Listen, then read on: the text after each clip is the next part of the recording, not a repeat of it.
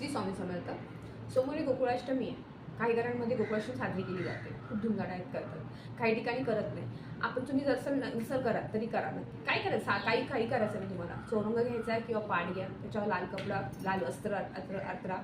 तुमच्याकडे पाळणा असेल तर अतिउत्तम, पाळणा नसेल तर आणा किंवा घरी बनवा. सोबत तिथे तुम्ही काही नाही, फक्त 5 फळं किंवा 1 फळ ठेवलं तरी चालेल. तुमच्याकडे गोड निवेद्याला काय असेल, काही नसेल तर पोहे आणि तुम्ही दूध मिक्स करा किंवा पोहे ताकाचा निवेद दाखवला तरी चालेल, लोण्याचा गोळ्याचा निवेद दाखवला तरी चालेल, खडी साखर दाखवली तरी चालेल मी म्हणेल, किंवा दूध दह्याचा निवेद दाखवला तरी चालेल. काही असेल तुमच्याकडे निवेद ते ठेवा. फुलांनी डेकोरेशन करा, फुलांनी सजवा सगळं व्यवस्थितरित्या. आणि तुम्ही जेव्हा जो मंत्र सांगते तो मंत्र तुम्ही 12:39 नंतर म्हणजे कृष्ण जन्म झाल्यानंतर तो मंत्रजप तुम्ही मंत्रजप कमीत कमी 11 वेळा 21 वेळा मंत्रजप करा.